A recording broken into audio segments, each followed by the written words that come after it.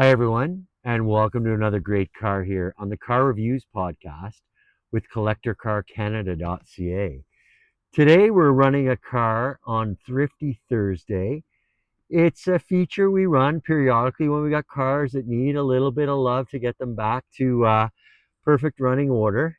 So today, we've got a 1987 Porsche 928 S4, 5-speed manual.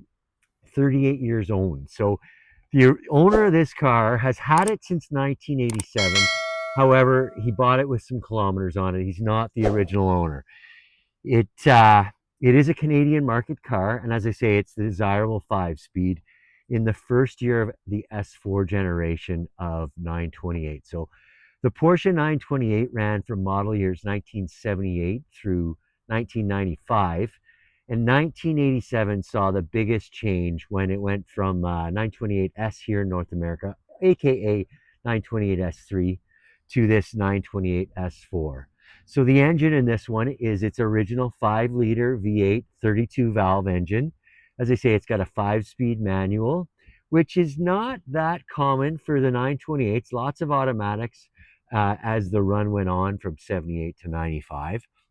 And this one, although the owner tells us, and you can see, he sort of corroborates it with a detailed Excel sheet of maintenance over the years. He tells us that the car actually has 252,000 kilometers on it, or just over. However, the odometer reads it with the same number with a 3 at the beginning.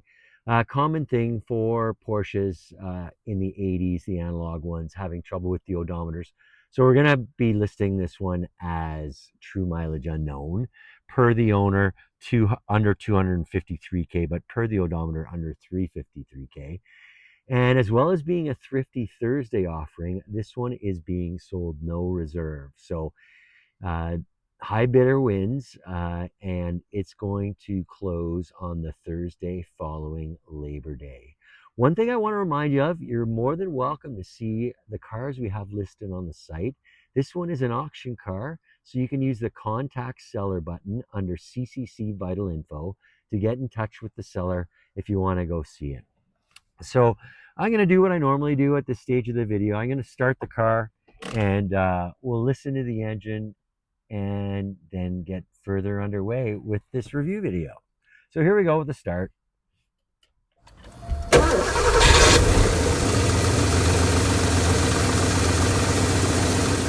So nice, easy start.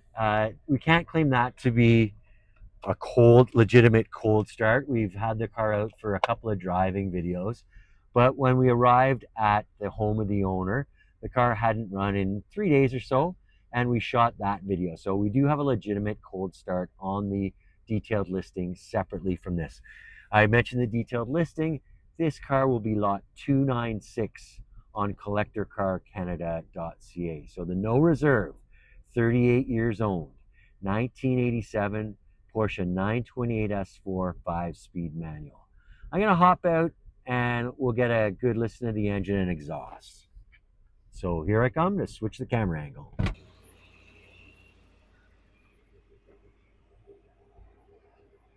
So a nice glamour shot of the 38 years old, no reserve, 1987 Porsche 928 S4 5-speed manual. I already do have a separate microphone in by the engine compartment, so let's get in close for a look and a listen.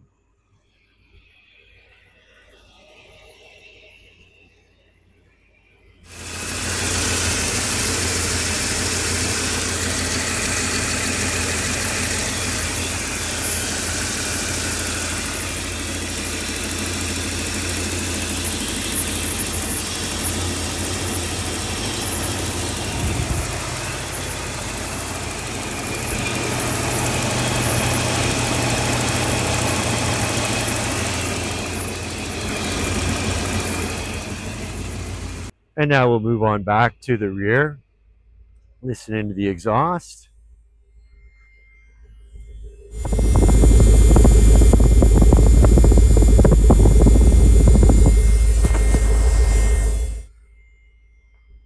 So I mentioned earlier how the owners kept a really detailed log on an Excel sheet which we have on the detailed listing, as you might guess. Um, just getting in on the engine, I recalled what he said about timing belt and water pump, recently done in terms of mileage. Um, and we've got the date of the service there as well. So I think we're done with having the car running. I'm going to cut the engine and we'll start our exterior tour. So we're in the Etobicoke area of Toronto, west end of Toronto, and we found a church parking lot to shoot the video, which is normally a good place other than on Sunday. However, I'm not sure how the car looks under a couple of street light style LED lights. So if you're seeing some discoloration of the car, that is why. But as I get in closer, we're going to try and point out all of the flaws to the car. As I say, it's a thrifty Thursday and a no reserve, so we're not purporting it to be perfect, certainly. The only damage in terms of the body that the owner mentioned to us very early when he owned the car, in the 80s, in fact. While parked, a truck ran into the front bumper cover here, and it was replaced back in the 80s and painted. And you can see there's some paint peeling here on this front bumper cover. There's a look at it with my loonie for perspective. And there's some stone chipping generally on it. I will say overall that the paint could really use a polish. You can kind of see here how it's a bit dull on the hood. However, that fender is looking a little sharper. Typically, this car is stored on the owner's driveway, so that would sort of explain some of that dull finish. There is some denting here on the hood, aluminum hood. It's almost an all aluminum body on the 928s, but there's a look at that relative to the Toonie. And that paint must have been broken because I see some touch up paint on it. Of course, the 928s had the sort of unique style of pop up headlights, and you can see those there in the down position. And one thing that's eye-catching for me on this 928 S4 is it's got its original 7-slot manhole wheels measuring 16 inches. I say that just because it's a really common modification for 928 owners to switch out those wheels to a more modern Porsche set or even an aftermarket set. So staggered setup on these 928 wheels, and I'm going to show you a tell of those in the rear wheels, because they do, if you look closely, look a little different from the fronts. But again, low mileage on these tires. We've got the date of install on the detailed listing. Cooper Xeon RS3As, and they are, the owner said they're V rated. I'm trying to find a speed rating on them. I do see the date code right here in 2017, and you can see the size there, the factory size at 225/50 R16 Cooper tires. And I don't see a speed rating yet, but maybe the angle. Oh, there we go. There's a W speed rating, so 92W for the speed rating on the Cooper Xeon RS3As. 225s up front on the 16-inch rims. And yeah, there are imperfections throughout this car. It's a driver's car. It's salvageable, certainly, but it's not going to win any concours at this point. But we see some imperfections here at the corner of the window. Same with here at the base of the A-pillar. See some chipping on that flag style mirror. Working our way back. Here's the good look at the rear tire. So again, Cooper Xeon RS3A. On the rear here, we've got the original size of 245/50 R16. And looking for a date code on these, I see 2017 again.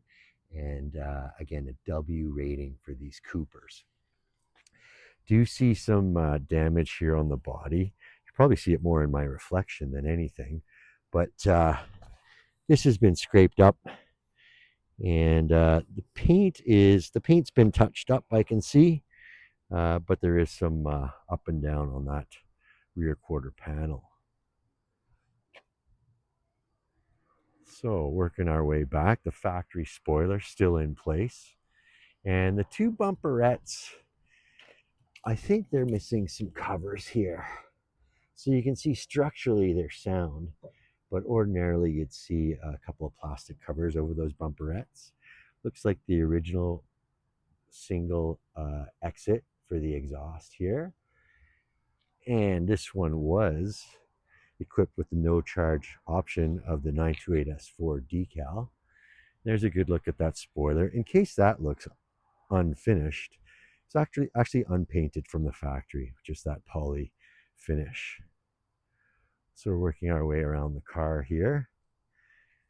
Oh, I didn't show you the difference in the rim. So we've got kind of a convex style that juts inward on the rear rim, whereas you don't see that same convex edge on the fronts. So that's just an indicator that the rear ones are a little wider, but a matching set of the Coopers all the way around.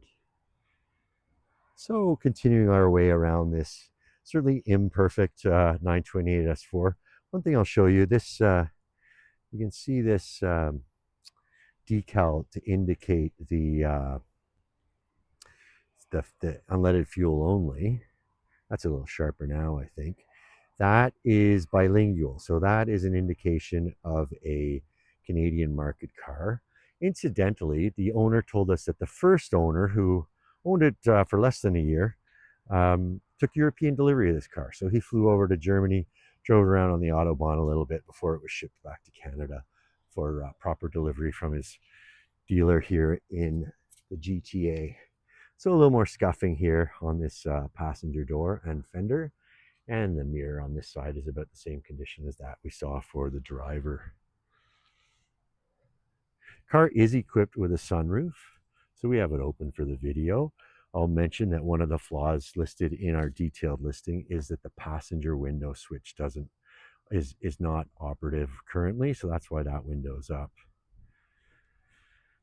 And there's another good look at the car. So this car, I would start certainly with a polish to see what we've got in terms of paint. But as I say, this car's not going to win the Conquer Award, but it runs nicely and has been serviced over the years. It's a former daily driver, as you might expect with that kind of mileage on it. So that'll conclude our exterior tour. Let's move into the inside. All right, beginning the interior tour. You can see the interior is a burgundy and consistent with the exterior of the car. It's not perfect, decently presentable. The driver's seat shows some perforations in the bolsters, in the outer bolsters. You can see those there, but otherwise the leather seems to be in pretty nice shape. Perforated inserts, and then solid leather for the bolsters. And you can see there's a carpeted bottom on these 928 doors, and there's even a separate storage compartment on the door. A couple of speakers up here. One missing piece is this. There would be a rounded knob to go, sort of a rubberized knob to go over this hard metal knob, but this is the control for the power mirrors, which still functions, but it is missing that rubberized piece. You can see here how the driver's seat is a 12-way seat. Standard on the 928s was an 8-way adjustable seat. And this item here is for heat. So lumbar control and heat here on the driver's seat. And you get a look at what might just be an original floor mat, showing some wear certainly, but looking pretty authentic. And then up above below the pod, there's a storage area there. So climbing in and getting a look at the instrumentation, you can see that the car is equipped with a speedometer that maxes out at 300 kilometers an hour. Canadian market car, so it's got the metric reading. Working our way from the left, you can see coolant temperature over on the left, a fuel gauge, and then to the right of the speedo, a tachometer that maxes out at 7600 with the red line at about 6100. Oil pressure in the German measure of bar, and voltmeter on the far right. You can see the car is equipped with cruise control, as well as headlight washers. And then in the center, we've got our climate control. Another tell of the Canadian market car is that the temperature readings are in Celsius. The original Blaupunkt AM FM cassette. The owner advises that it's inoperative right now. He suspects it's a fuse. We didn't test it. And digital clock, which is, it's not set to the proper time, but it's been running since we got to the car, so we can advise that that's functional. I expect the adjustment. You can see buttons on either side of the lower end of the clock to adjust it to actual time. Then there's a ashtray here, and then the 5-speed shifter, leather boot, and a leather shift knob. And then the center is where you find the controls for the windows. I mentioned already, but again, the passenger side window switch is non-functioning right now. Second from the right is the rear wiper control. Second from the left is the sunroof control, which we operated earlier to get the roof open for the video. And then on the left is the driver's side window. Probably got them in the picture, but I didn't say very deliberately that the dash is suffering from some cracking. So there's a good look at that for you. And I'm going to walk over to the passenger side of the car. I'm not sure if it's equipped with the heat on the seat or the 12 or 8-way seats. So we'll take a look at that and find that out for you.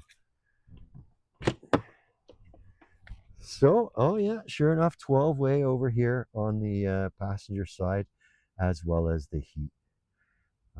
And this, believe it or not, is a remote release for the hatch. However, the car comes with a hatch dedicated key.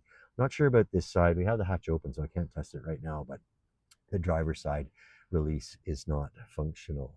So over here on the passenger side, there's another one of those shelves. A good sized glove box with oodles of personal items in it right now, so I'm not going to open it for the sake of the video.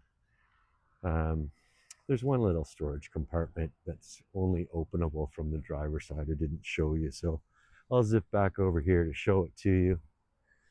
And here it is right here. So this is intended for cassette storage, would you believe? Because the car was equipped with a cassette deck from the factory. I can see another imperfection on the door of that cassette storage console.